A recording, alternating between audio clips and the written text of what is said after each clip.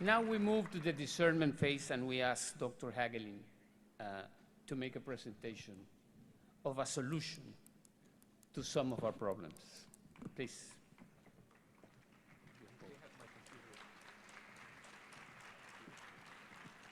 Thank you. I don't need that.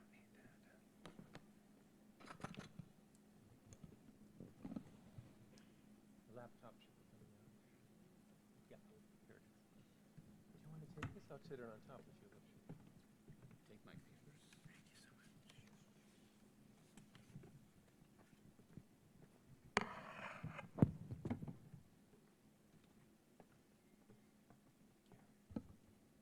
Good morning. If we could show the first slide. I am so impressed to be among so many who are so profoundly committed to peace and social justice. It is extremely inspiring, and I'm honored to be with you. If we can bring up the first slide.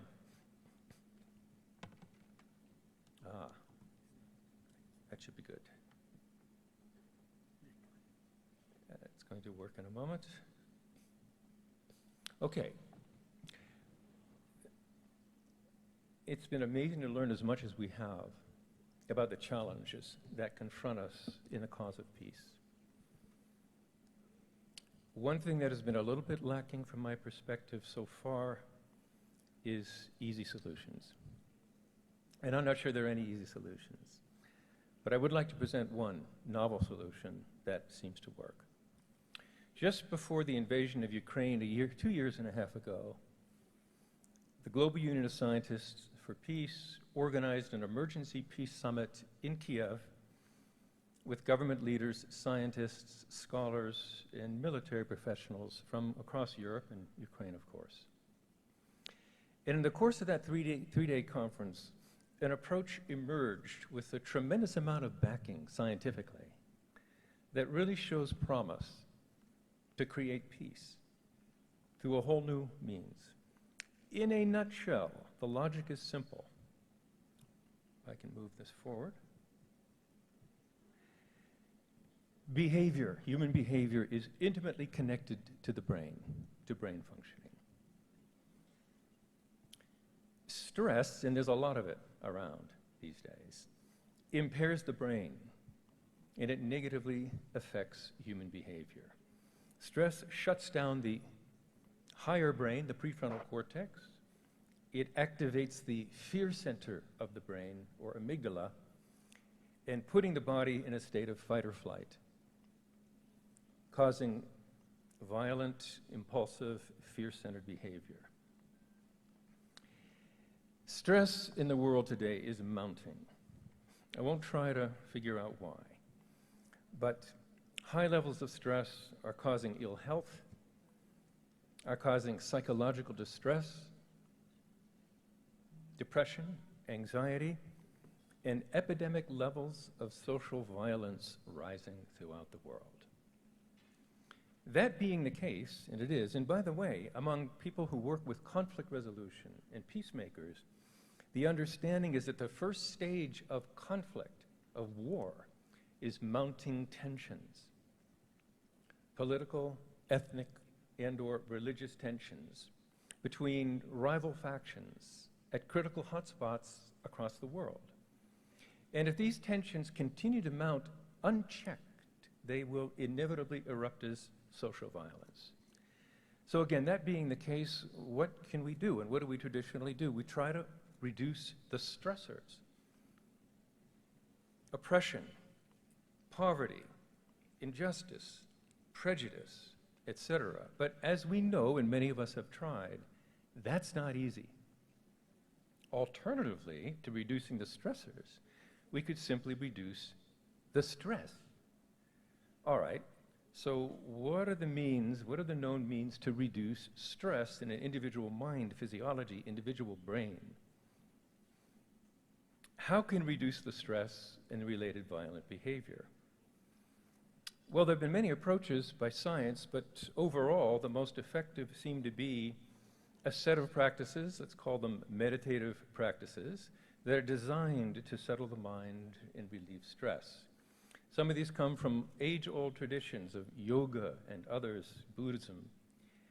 And yogic meditation, or called today more generally transcendental meditation, these techniques markedly reduce stress and its effects on the brain and behavior. Now, many countries for many years have been using this approach in prisons, maximum security prisons, to relieve the acute stress of people who are behind bars and who have committed these types of violent crime by adding instruction in meditation. And over the course of these 9 countries and many years, 20 to 25 published studies have found marked reductions in crime and the rate of return to prison by 50% or more. So in that context, it works. Now, the Pentagon and the US Department of Veterans Affairs uses that same practice, transcendental meditation, as their preferred treatment, their most effective treatment against acute stress called PTSD, post-traumatic stress disorder, and related violent behavior. So this works on the individual level to reduce stress, improve happiness, and also reduce violent behavior. Okay, quick reality check. Can we practically and realistically leverage this knowledge of the brain and behavior to markedly reduce social violence and even create lasting societal peace? And the answer is, quite surprisingly, to me anyway, yes. And it's easier than you might think. Because societal stress, social stress, can be attacked on a societal level when even a modest proportion of a population is engaging in these evidence-based stress-reducing practices. It's possible to reduce social stress, and as a consequence, reduce crime and social violence, even war. As 59 published studies by now in the world's leading journals have shown. I'm not going to show you 59 studies. I'm mostly through with my presentation, but I'll flash you a few. Just to get a feeling for it, in Washington, D.C., several years ago, maybe even 20 years ago, this experiment was done to provide a national demonstration project whether a few thousand volunteers practicing advanced meditation practices designed to promote deep rest and reduce stress could have an impact on the surrounding society as a whole. And we predict this with confidence because it had been done 40 times already, but on a smaller scale.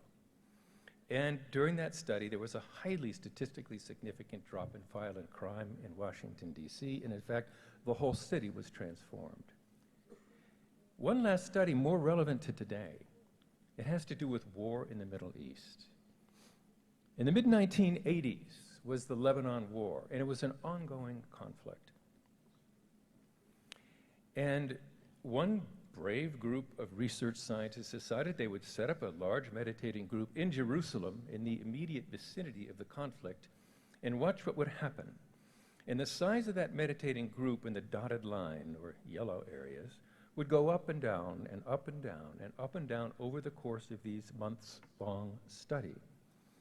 Correlated with the number of people who were basically relieving stress and spreading that calm throughout society, through their own interactions in society, we found a marked reduction in war violence and war deaths and war injuries, and much more progress towards peace among the rival factions.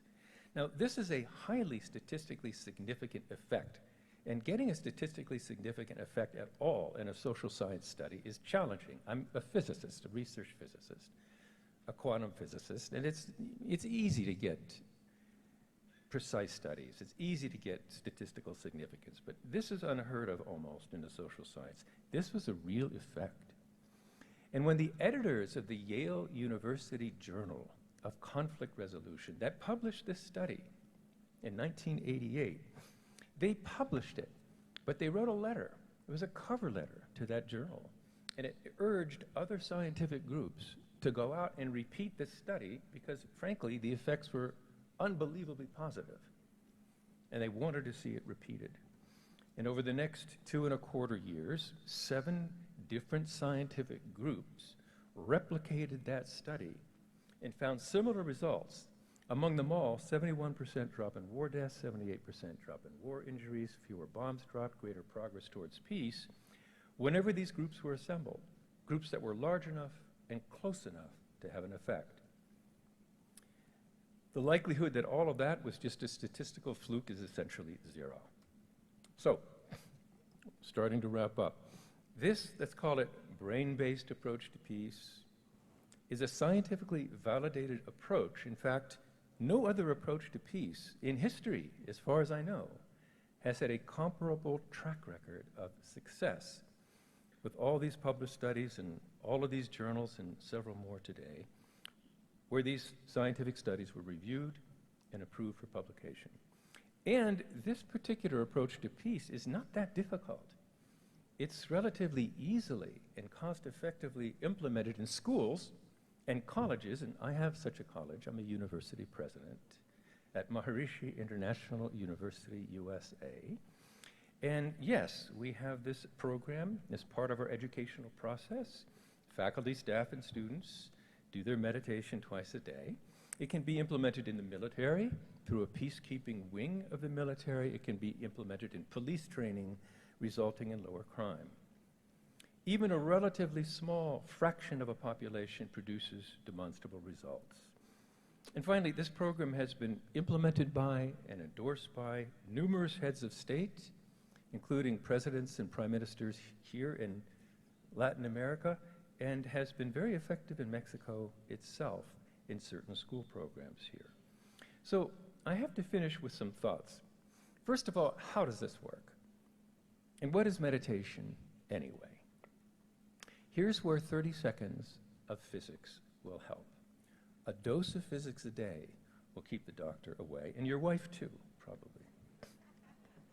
So our universe, nature, is structured in layers of creation. Layers of creation.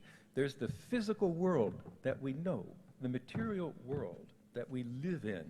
But beneath the surface is the world of the atom, is the world of the atomic nucleus and nuclear particles. And at the foundation of it all is what Einstein called the unified field, or what we call today the heterotic superstring field.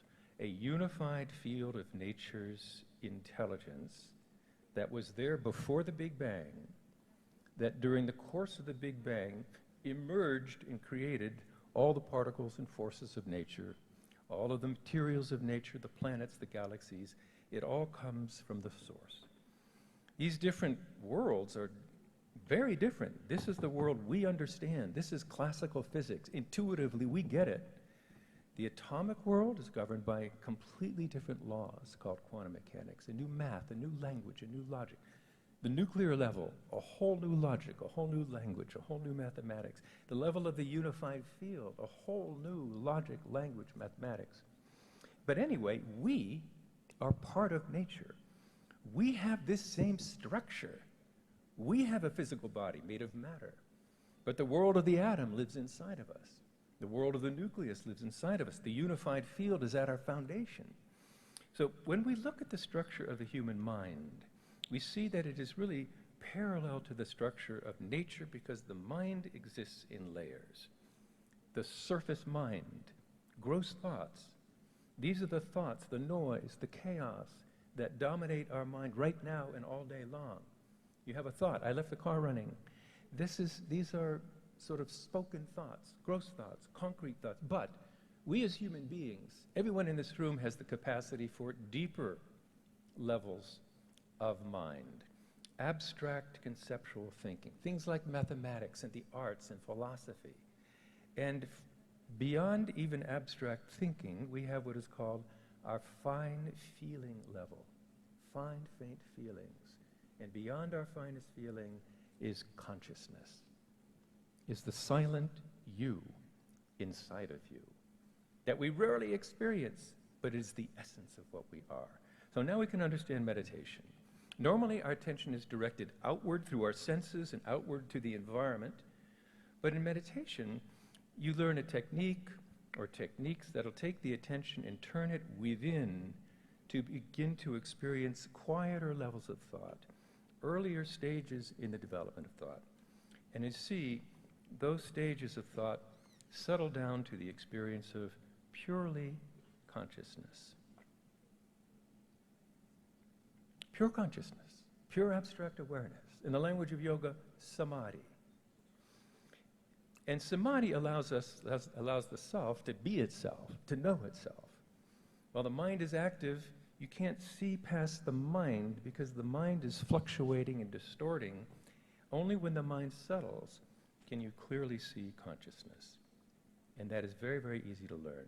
So, practical purpose of this, in summary. Meditation expands consciousness. It takes our scattered mental activity, our disorderly EEG, it transforms it into coherent brain functioning. Coherent brain functioning relates to IQ, learning ability, intelligence, memory, creativity, moral reasoning, IQ. And the growth of IQ through regular meditation is substantial. And because of that, this meditative approach has been incorporated in 12,000 schools. It started at MIU, my university in Iowa, 50 years ago. Now it's in many places across Mexico and all over the world. And what's great about that is that this inner peace stabilizes this meditative experience so that it lasts during the day, so that the inner peace, you can see, is with you throughout the day. And because of that, you are anchored in silence and stability and peace and contentment. So my concluding slide is, regular practice of meditation brings inner peace, inner stability, inner fulfillment, inner contentment. It expands consciousness. It brings life-supporting behavior. You know yourself for what you really are, unbounded, universal being, and you recognize others as unbounded, universal beings. You recognize others as your own self. And that brings the golden rule of behavior, and that brings a peaceful world. So this is, you could say, world peace through inner peace, an evidence-based, scientifically proven process. And thank you for your attention.